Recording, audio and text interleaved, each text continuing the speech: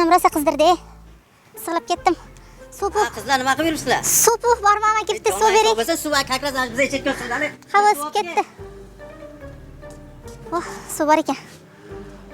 Suvni sizlarga bir mehmon qilaman deb o'tirdim-da. Ha? Bu hazillashyapsizmi? Qanday jam burasi boku bu? Nimaga hazillashaman singlim? Ichini qaraymi? Bizlar shuni ichayapmiz-ku, sizlarga nima mumkin emasmi sizlarga? Shu suvdan ichyapmiz, dekabr oyidan beri mana shu suvdan bala chaqqam nevaralarim bilan ichyapmiz. Bilmasam, mana shu toza suv, krandan kelayotgan suv. Demak, hozir sizlarda ichimlik suvi mana shunaqa rasvo holatda keladimi? Filtr yo'q, mana bashinni suvidan ichyapmiz, mana shu kelayotgan suvdan ichyapmiz, bashinni suvidan.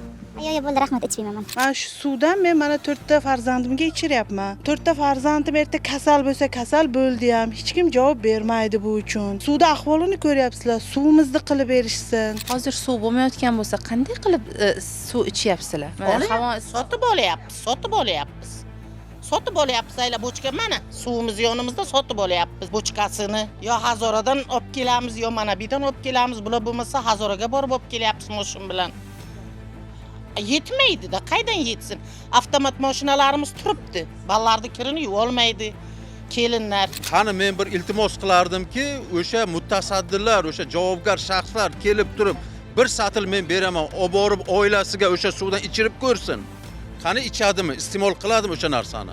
Biz buni 6 oy, ya'ni dekabr oyidan beri men o'zim har kunligini har kun kranimdan kelayotgan o'sha suvni snimat qilib tumanga ham tashladim, viloyatga ham tashladim. Hech qanaqangi natija yo'q. Fuqarolar yana qachongacha tagida qum cho'kadigan suvdan ichishadi? Bu avvalambor liniya bilan bog'liq.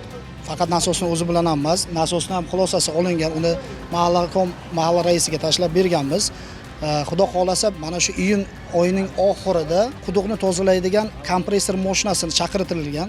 Kelib mana shu iyunning oxirigacha tozalab suvni sifatil qilib beradi. Millar aytilgan muddatda yana mavzuga qaytadi deya manzilni tark etdik.